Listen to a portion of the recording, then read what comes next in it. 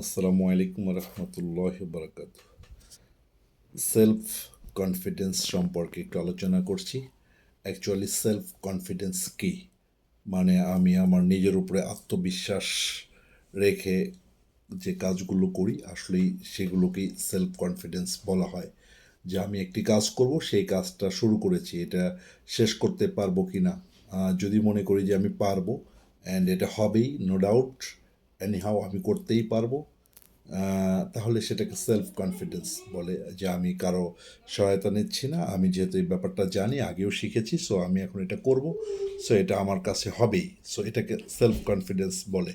So যখন কারো self কনফিডেন্সের ঘাটতি দেখা যায় তখন কি করতে হবে সেই বিষয় নিয়ে একটু আলোচনা করছি। বেসিক্যালি আমরা পৃথিবীতে বিভিন্ন ধরনের কাজ করে থাকি, ইভেন যে কাজটা জানি একদম প্রপার ওয়েতে আমরা করে থাকি, সব কিছু করি, এবং জানার পরেও কোনো কোনো কাজ যখন করতে যাই দেখা যায় যে একটা পর্যায়ে আমরা কাজগুলো মাঝপথে গিয়ে বা মানে 70% হওয়ার পরেও আমরা সেই কাজগুলো অনেক সময় ছেড়ে দিই, কারণ ওই কাজটা অনেকটাই হার্ড মনে হয় এবং মনে হচ্ছে না এটা ওভারকাম করা পসিবল না।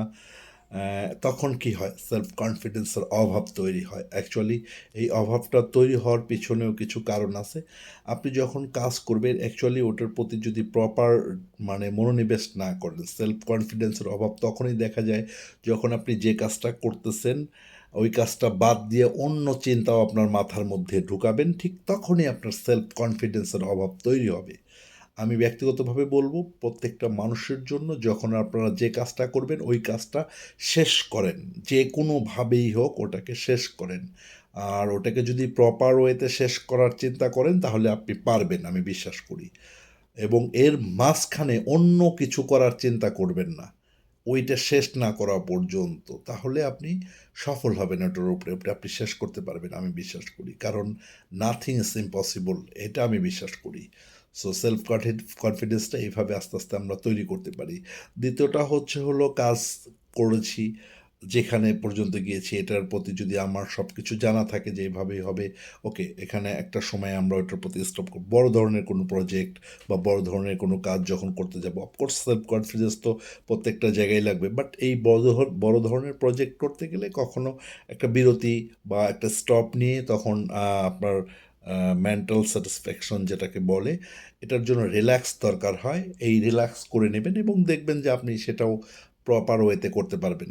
সো তখনও আপনার যে অন্য কিছু করছেন বা করতেছেন তা নয়, মূলত বেসিক্যালি আপনার একটা বড় ধরনের প্রজেক্ট, বড় ধরনের কাজ করতে গেলে রিল্যাক্স দিতে হবে মাইন্ডকে, মানে নিজের সেলফকে, নিজের মন মানসিকতাকে ঠিক রাখার জন্য একটা সময় ওই কাজের মাঝে বা কাজের একটা পর্যায়ে গিয়ে একটা বিরতি নেওয়ার দরকার। তাহলে সেলফ কনফিডেন্সটা মানে আরও ভালো তৈরি হবে। যে আমি এখন এই কাজটা করেছি, 3 দিন করেছি, টোকে চতুর্থ দিন পঞ্চম দিন করবো না, আমার রিল্যাক্স বা অন্য কিছু করি, তারপর ষষ্ঠ দিন থেকে আবার এটাই করব। আপনি নিজের আত্মবিশ্বাস রাখবেন যে না আমি অমুক সময় এটা আবার স্টার্ট করব।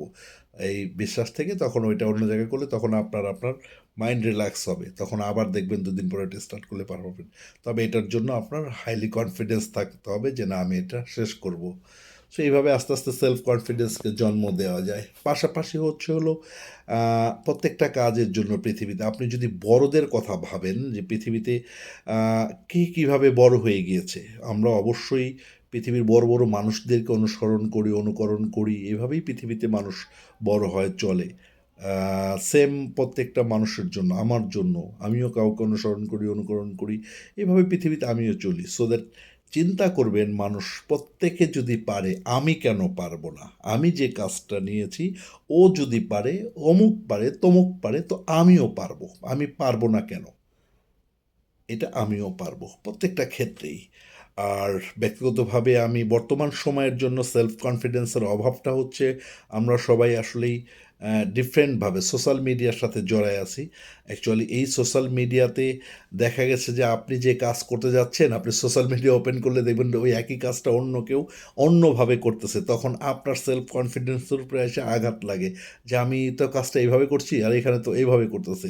বাট আপনি যেভাবে শিখেছিলেন এবং যেভাবে করতেছেন ওইভাবেই ওটা শেষ করার চেষ্টা করেন, আদারওয়াইজ নতুন করে যদি আবার দেখতে চান, সো আপনি ওটা আর করতে পারবেন না। সো ফেসবুকে এখন যেহেতু মনে করেন আসলেই প্রচার প্রসারের যুগ হয়ে গিয়েছে, তারপরে অ্যাডভার্টাইজের যুগ হয়ে গিয়েছে, মানে রাতকে দিন, দিনকে রাত বানিয়ে অনেক কিছুই লেখে, অনেক কিছুই করার চেষ্টা করে, সো দ্যাট আপনি যা শিখেছেন, যেটা করছিলেন সেটা ওই অনুযায়ী শেষ করার চেষ্টা করেন।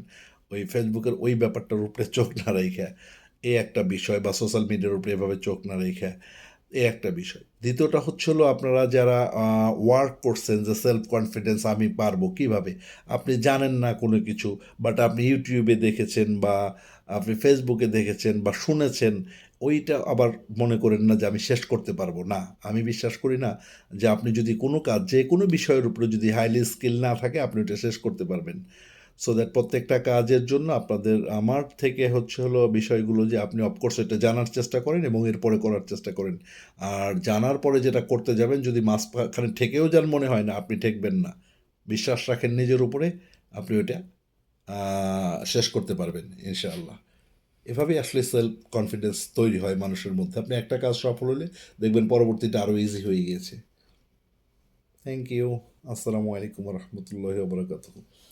আমি নতুন ইউটিউব চ্যানেল এটা আমার, so that don't forget subscribe my YouTube channel, and don't forget to hitting the notification bell, so that আমি নতুন নতুন কিছু ভিডিও হয়তো আপলোড দেবো এবং নতুন কিছু এখান থেকে পাবেন আপনারা day by day. Thank you.